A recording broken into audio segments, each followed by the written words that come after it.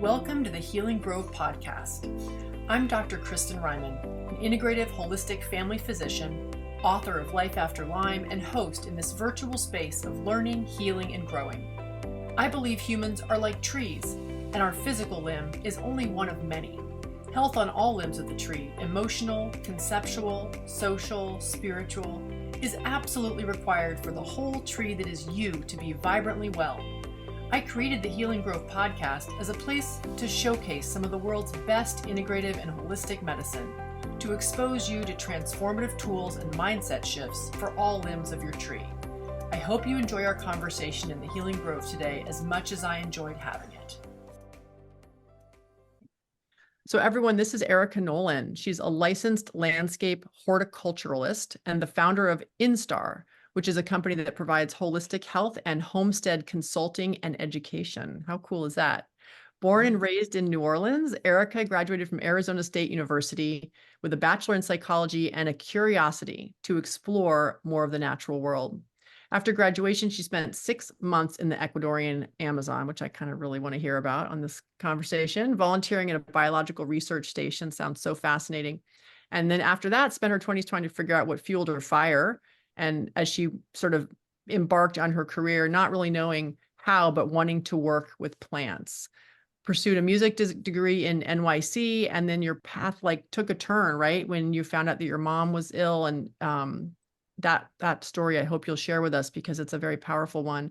But ultimately came back to your career and has been kind of hit the ground running with Instar and is just like a total phenomenon, I think, on Instagram. And probably other places too that I haven't discovered yet.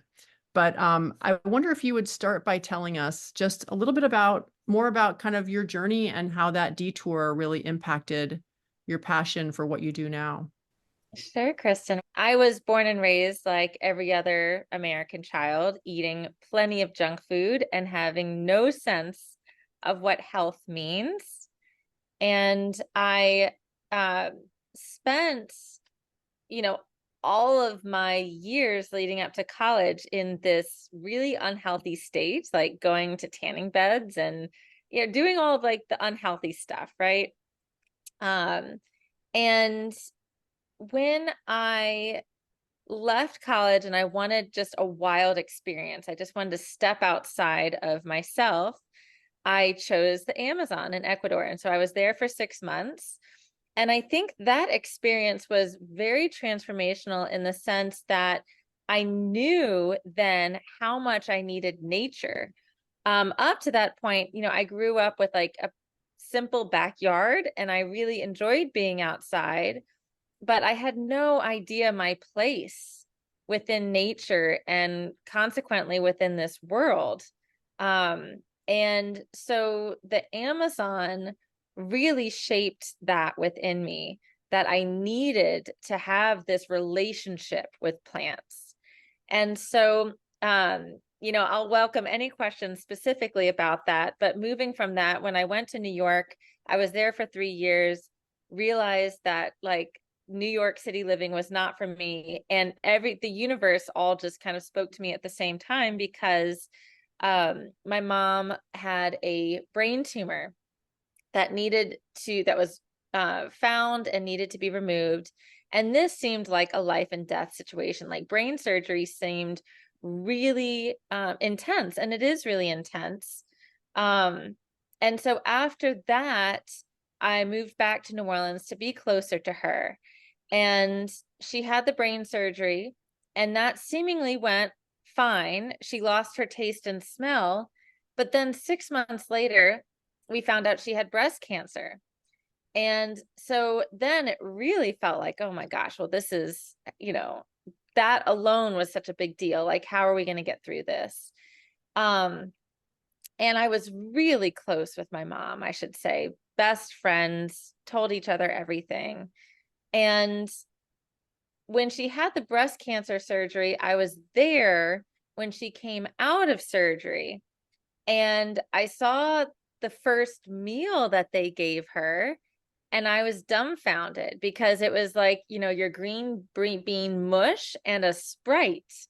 And I barely knew anything about health but I did know about high fructose corn syrup and that water was important, because during my years in New York, from not drinking any water, I started to get really terrible UTIs myself. And then I learned like, oh, I need to drink water. Go figure. Um, and so when I saw that meal given to her, I realized this is not about health. And I needed to figure out what that meant, what health meant. Um, I was aware that there was a conversation of the BRCA gene being genetic. And I had learned that neither my mom nor my grandmother had the BRCA gene, and that their breast cancer was estrogen dominant, meaning environmental. And so that made a huge shift in my mind in terms of I need to figure this out. And I really had no idea where to start.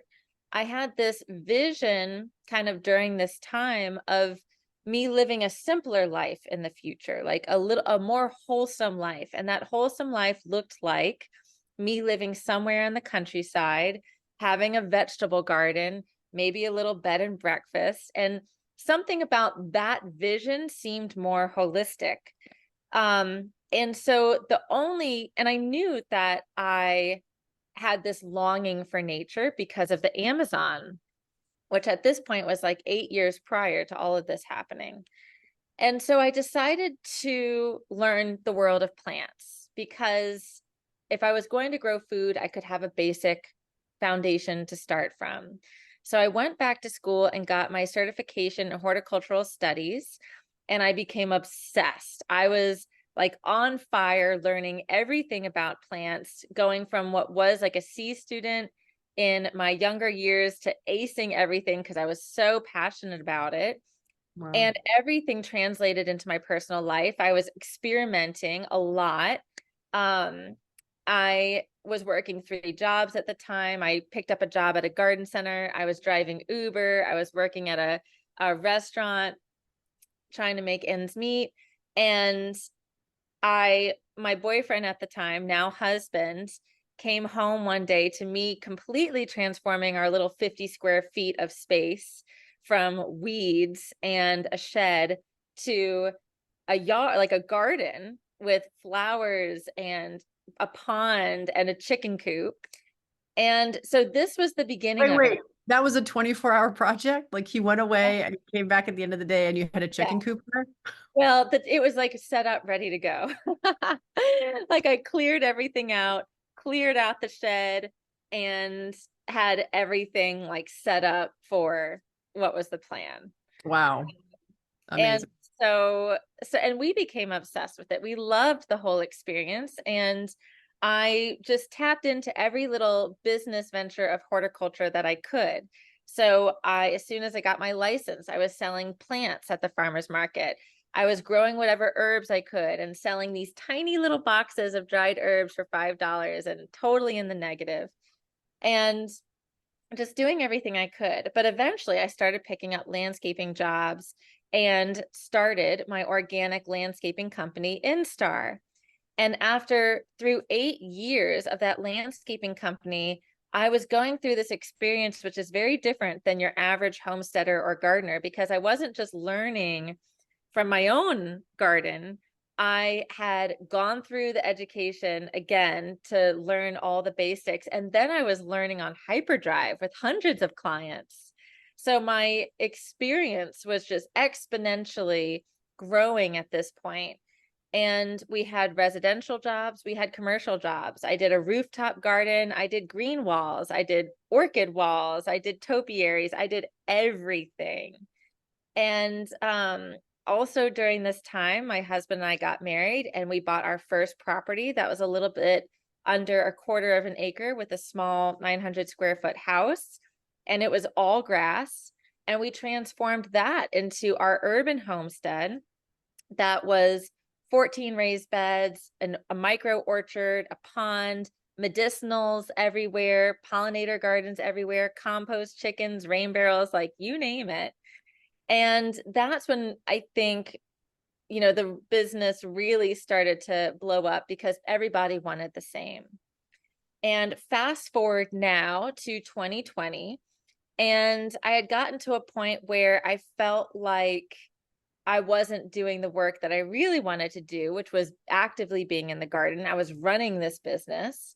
And so I decided to convert everything to consulting. My social media had grown, so I had the client acquisition through there.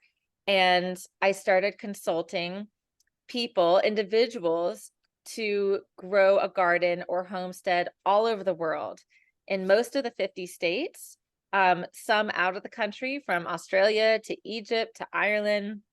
And again, like the experience factor of now learning different zones and learning, different resources was kind of coming at me tenfold. And then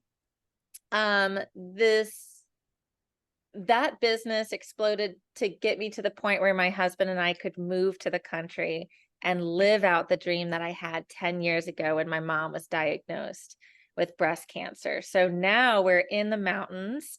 We have a homestead, a very large vegetable garden, goats, chickens, a running creek, and it's a dream come true. And then through this experience, about 6 months ago, a good friend of mine reached out to me because she was diagnosed with Hashimoto's, which, if any of y'all are familiar with, it's an autoimmune disorder. And she reached out to me because she knew I knew a lot about health. After all, through all of these years of me developing this gardening business, I was at the root of it was health, right? At the very beginning, it was fueled by health. And so through all of this, I was studying health and had all of these personal health experiences that had me dig deeper and peel away the onion more and more. And so my friend reached out to me and said, I want to know everything. And so I started telling her everything. And then she said, Erika, this is not enough. I want to hire you. I want to meet with you weekly. I really want to dig in deep. And I think you need to go ahead and step into this role as a holistic health coach. And ever since, I've been taking on holistic health clients, and it really hasn't mattered what the diagnosis is or if what they're trying to prevent, because there's a foundation of health that is, although contrary to popular belief, the same for all humans. There's a formula that our ancestors all around the world lived that is the same for all humans. It's just our diagnoses and our conditions that make the path look a little bit different. And so we do a lot of data digging into very specific conditions and situations. And so even, I'm not replacing the position of a doctor. In fact, I work with my clients to find a good functional or integrative doctor. I find them about biological dentist and holistic or integrative OBGYN. So I'm finding the medical team for them, vetting them. And then I am the middle woman covering all of the foundational components and doing all the digging for them. Like a lot of those books behind you that I have as well, a lot of that digging. And here I am. So I do now coaching for both homesteading and the holistic health. Wow. So my first question is, where did you get your time turner so that you can actually be in 14 places at once and grow all these directions at once? I mean, do people who know you, are they just like, yeah, that's just Erika. She does a million things and she's amazing in all of them? Because it's I pretty think, impressive. it's a good question. I think the people who know me know that I actually isolate myself quite a bit. Like I am not one to go out and party and spend time doing, like other people's stuff. Every day I am focused on what needs to be done, whether it's physically on the homestead or for my clients. And I've always had, I guess, maybe not always, perhaps my ability to listen to my gut instinct has grown stronger over the years to really pay attention to what's working, what's not working, and the next steps. So I am kind of this personality that is a little bit on hyperdrive of like, I need to conquer a lot in this lifetime. Well, I'm just imagining that little backyard with that unsuspecting shed that became a chicken coop within 24 Yes. hours. So Yeah. I wonder if you'll tell us a little bit more about the experience in Latin America where you felt like you really connected to plants. And as you talk about your intuitive knowing and kind of learning more about how to listen to yourself, my little spidey sense is tingling about like, was there some connection down there? And will you tell us about it? Yes, yes. So, I'd say the first experience that happened down there was the shock of me being like legitimately in the jungle. Like, I got there, I got off the bus, I didn't really see where I was going because it looked like jungle. And so I just walked on this path and eventually found, the center, and then walked up to my cabin that had no walls, like chicken wire for windows. And so like literally snakes and tarantulas are living with you.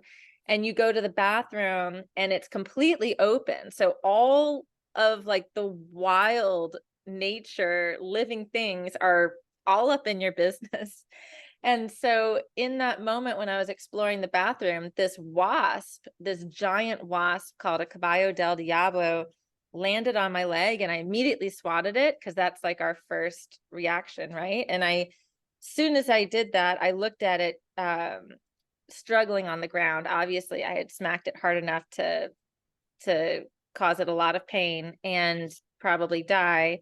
And when I did that, I looked at it and realized like, I am not in my place. Like I am in this greater place, nature's place, God's place, this wasp's home.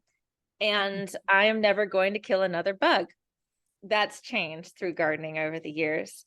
But that was a big shock in terms of my reality and where I was. And I just to kind of fast forward, by the end of that trip, I was walking around the jungle barefoot and everything seemed like my home. Like I could recognize, the path and where I need to go based on what trees and plants were there. So it was very intimate in that way. But I also had the experience of taking ayahuasca with a shaman down there. Ayahuasca, if any of y'all have heard of it or not, it's a tea made from this vine, the ayahuasca vine, and the active ingredient is DMT, which is our chemical for producing our dreams. And that DMT is produced in our pineal gland, which is also known as the seat of our soul or the third eye. And it's really, really tiny.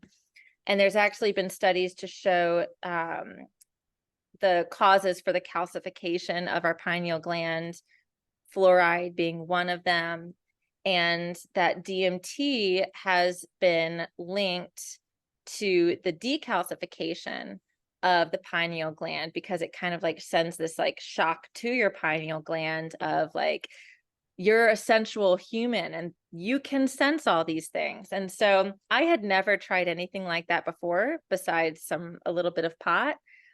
And that was a completely life-changing experience because I went through this journey of what felt like death and rebirth and death and rebirth and death and rebirth over and over again. But the death part of that experience was me lying on the ground on this at this shaman's house where, again, it's all the walls are completely open, and it was next to this big river, and it was thundering and lightning. And what I was perceiving was that the thunder, the lightning, the snakes, the vines, the trees, like everything in my periphery was coming and pulling out my soul from my body.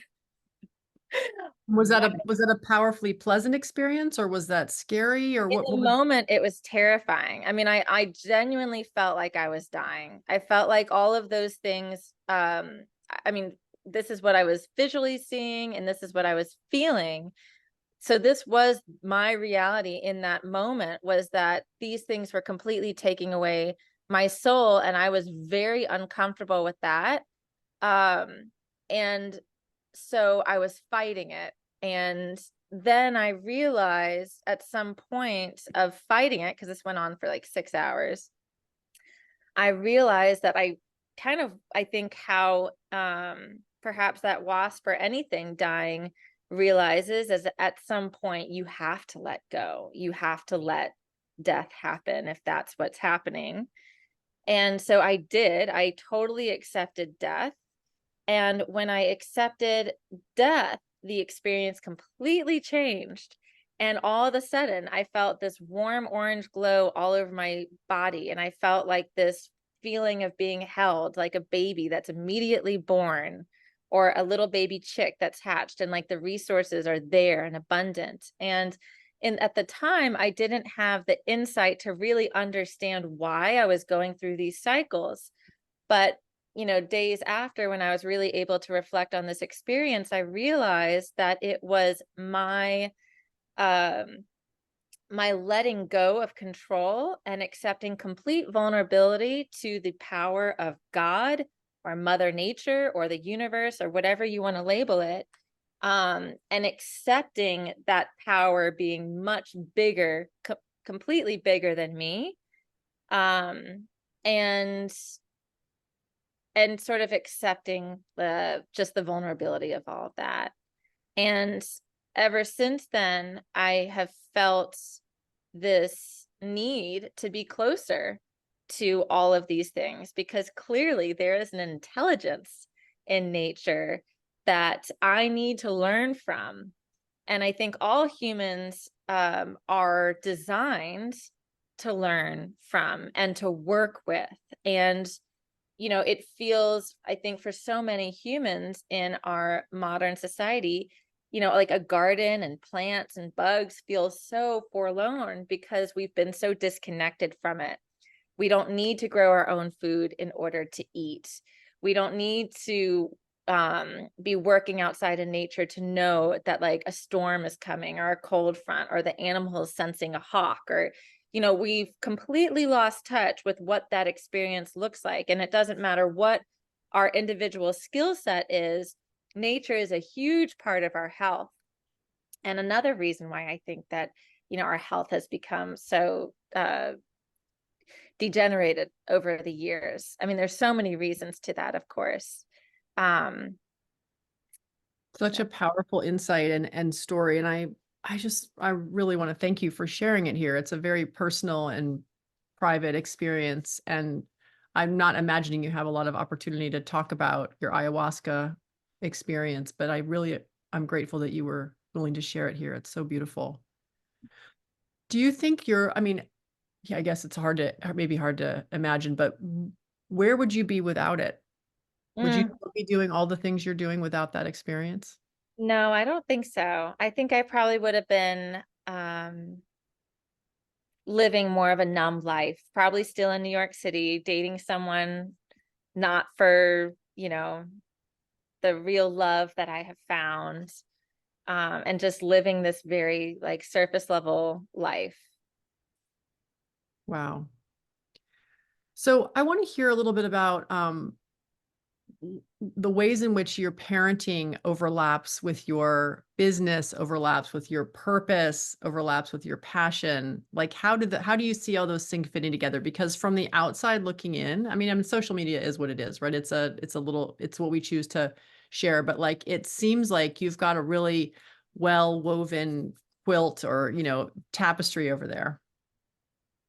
It wasn't always well woven. I appreciate the question. I do believe that we are on this path of a stronger tapestry, so that my daughter and any other future children that I bear will be able to continue weaving that tapestry, to step back into the way of our ancestors that had such a efficient way of parenting. But I will share a story that I think was very crucial to sort of this holistic health journey. Um, when I got pregnant, I don't know how I came across this book called Pushed, but I did. And it kind of brought my awareness to the birthing industry and the traditional reality of home birthing. And I had my husband read it, and I had it in home birth, and it was beautiful. And this is a very sensitive subject because I think a lot of trauma happens around birth, which is, in short, like the woman's most divine, natural process, right? Like if there's anything that we can do, that is something that is within all of us. But the biggest eye opener for me as a parent was when my daughter's first teeth came in, because they came in with these identically spaced cavities on her front teeth. And so I started reading more books about like how to cure tooth decay naturally. And then I found a holistic or a biological dentist. And that biological dentist had told me that those teeth probably formed like that in utero because of lack of nutrition. And so now, in this really short amount of time, like within a year, I started reading books about curing teeth decay naturally. I saw this biological dentist. I also started reading this book by this integrative doctor called The Cancer Revolution. And all of these sources were talking about one common name, and that name is Dr. Weston A. Price. And his story and data is phenomenal, and clearly has become the framework for a lot of holistic medical experts now, although it is clearly shadow banned and not shared amongst the mainstream. But I learned during this time that dental cavities in utero, lack of nutrition, this is not normal. So health is not just about getting fresh produce from the garden. There's actually a formula. And this is that formula I mentioned in the very beginning. That's the same for all humans across the world. And so at this point, I really started digging into Weston A. Price and his data and what it said about our needs, and that it really didn't just cover dental. It covered everything from the ease of pregnancy and birth and fertility to physical strength and oxygen and lack of disease. And so, the data is out there to prove that the majority of sickness now is a lack of nutrition and then a bombardment of toxins. Yeah. Yeah. So I love that you're tapped into the Weston Price world. A lot of people haven't heard of him. I didn't strike me as even a thing that he might, well, he's not around anymore, but his work would be shadow banned. So is that true? Like you can't find it on social media? Well, You can find it on. I guess perhaps shadow ban's not the best word, because you can find it, but it's not mainstream. And there's reasons throughout history as to why that is, and why the American Heart Association, for example, doesn't consider it. And it's largely because of money. Yeah. And there's a lot of interesting stories as it relates to all that. Yeah. Nourishing Traditions is a really great Bible for anyone looking to kind of get started in the Weston Price world. It's a compendium of the history and what do they call it? The diet dictocrats that have sort of like created the current landscape and, trained the doctors. And it's, the reason you might not have this information already. So people interested in that might check it out. I wonder if you'd like give us a little overview of your formula. Okay. Well, maybe perhaps I can just comprise the Weston Price story real quick to help explain it. Yeah. So Weston A. Price was a dentist in the 70s who had his young son, I think he was like 5 or 6 years old, die from medical malpractice. It was his medical malpractice, or I should say medical complications, from a dental procedure he did on his son. And so after that experience, he set forth on this mission to over a dozen countries around the world, from Australia to South America to Switzerland to Africa, all over, and studied over 22,000 subjects to understand why was dental decay becoming such a big issue. And what he found was that there were these common variables amongst all of these people, and the people that he visited were communities and tribes that were living in line with their ancestors. So he wanted to look at like the most simple lifestyle that has evolved. You know, our ancestors evolved 200,000 years. So he wanted to try to find that as a control. And what he found was that it was completely about diet. He did cross-generational studies. He did twin studies. And not only did he find that it was a matter of tooth decay and spacing, but it was also a matter of the ease of fertility and pregnancy and postpartum and aging. He realized that the whole average lifespan that people have touted, what used to be, they say was 35, is false, because people in these tribal communities were living well into their 90s without disease. And they had no need to remove their wisdom teeth because they had wide dental arches. They had wider nasal cavities, which meant an increase of oxygen, which means less chance of cancer because of an oxygenated state. And the people were stronger, happier, more confident, more solid. And so it really crossed over into everything. And so, you know, my formula, and so what does that look like? What does the food look like? It's a lot of fat. It's a lot of protein. And so what might be seal fat in the Arctic might be bison in North America, might be sheep and lamb in Ireland, but no matter, or fish in the Pacific Islands. So no matter what, there was a focus on fat, and there was a focus on organs. What we would consider to be like the filet mignon, the best part of the meat, would be thrown to the dogs. And the focus for all of these people were going for the gonads, the brains, the liver, the eyes, the bones.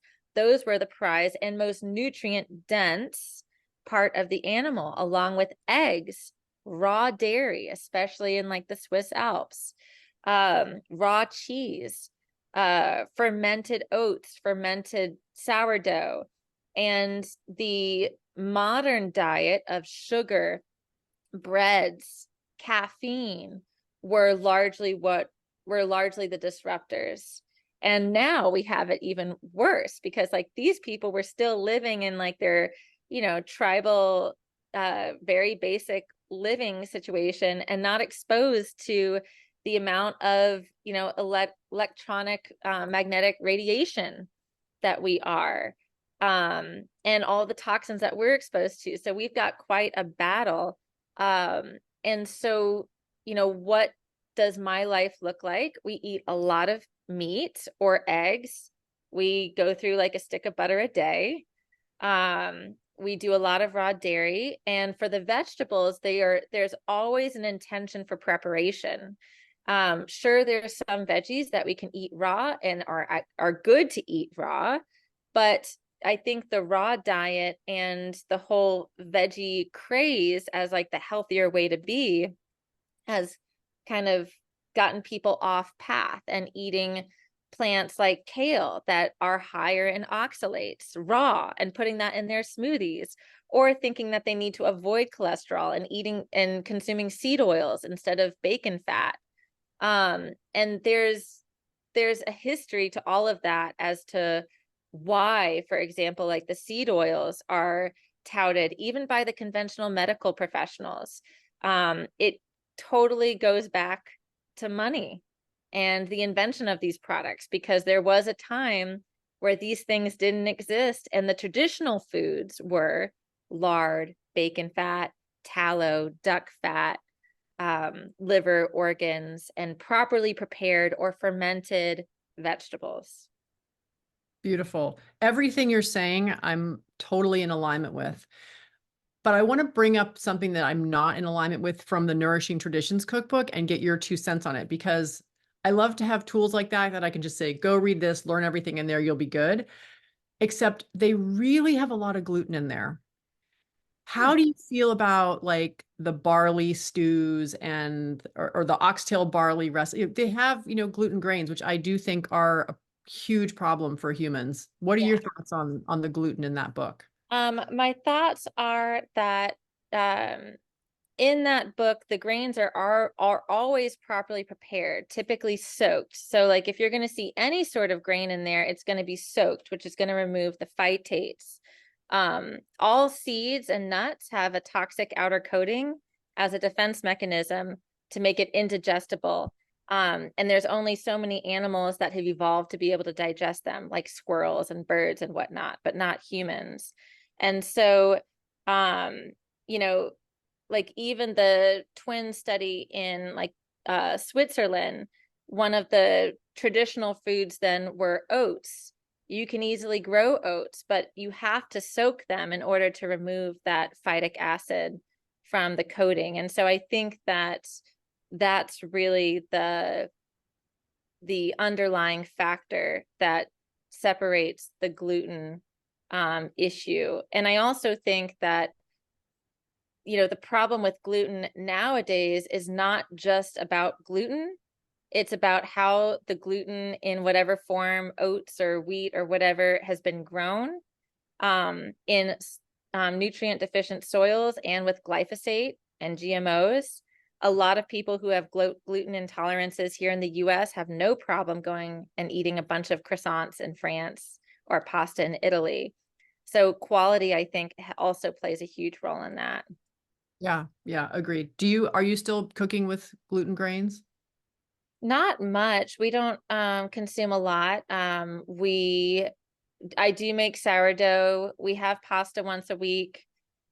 Sometimes I will make my own pasta noodles with einkorn flour, which is low on the gluten index. And then we will have rice, which, I soak to remove the arsenic. And that's about it. That's Yeah. about it. Awesome. Well, there's so much more we could talk about. Is there anything else that you would love to have humans have as a takeaway from this conversation? Something that we haven't touched on or that you want to kind of reiterate? Yes, once I discovered about the truth about food and our ancestors, I also started looking into the way our ancestors parented, and that completely changed how I was as a parent, and it made parenting a lot easier. And I believe that, not only are we in this problematic state as a society as it relates to food for our health, but I feel like for mental health, we really need to question our standards on parenting and look to our ancestors for how they managed their children in order to raise healthier generations. So just give us one or two things that our ancestors would have done or been shocked that we do. Um, uh, Young children are allowed to do everything that the parents do, and the parents don't play with their kids with toys. The parents do what they want to do or what they need to do on the homestead or within the community, and the children are active members of that. And the parents know that they're learning, so they have to keep a close eye and watch to make sure that they're not cutting themselves or falling into a fire. But that is the space of patience, is the teaching them and not getting upset that they're trying to do all these things. I think that's a huge part. Beautiful. Well, thank you so much for these words of wisdom and experience. Thank you. Thank you for your work and your journey and your question. Thank you.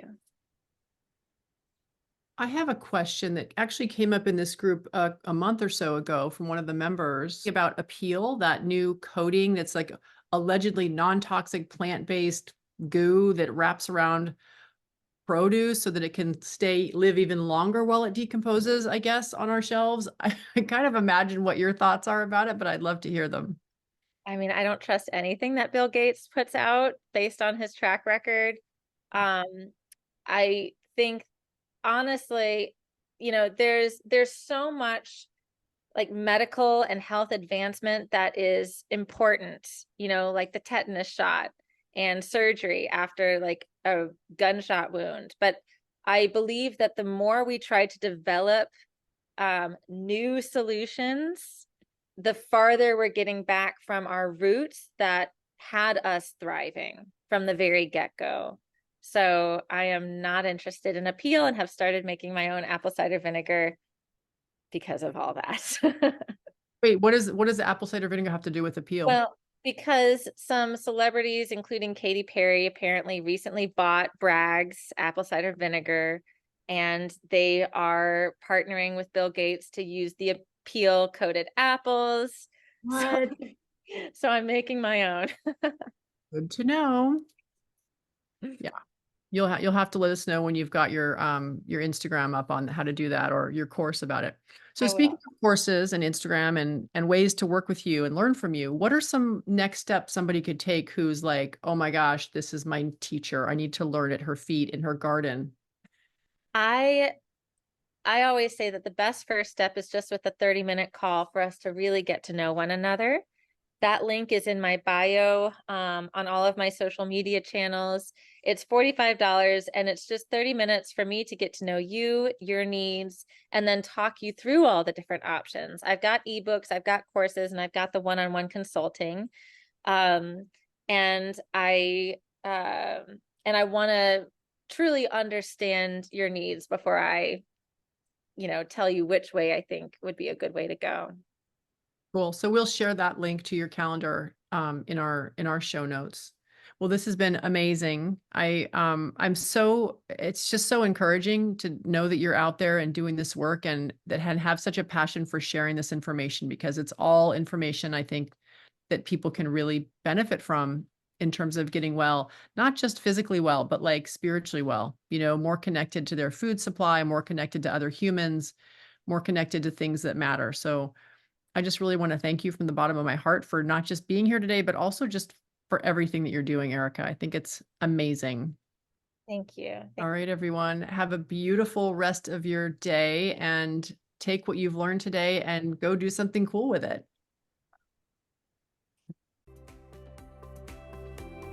I hope you enjoyed this episode of the Healing Grove podcast. If you liked it, please be sure to like and subscribe. And if you want to deepen your experience further, consider grabbing a copy of the Healing Grove Playbook. With journal prompts for this podcast and 41 others, it's the perfect place to record your learnings, keep track of the tools you explore, and reflect on your own experience. Finally, it's important to mention that even though I am a doctor, nothing you hear on this podcast, whether from myself or my guests, constitutes medical advice. Any intervention you try should always be discussed with and supervised by a trusted member of your own healing team. Thanks for listening, and see you next time in the Healing Grove.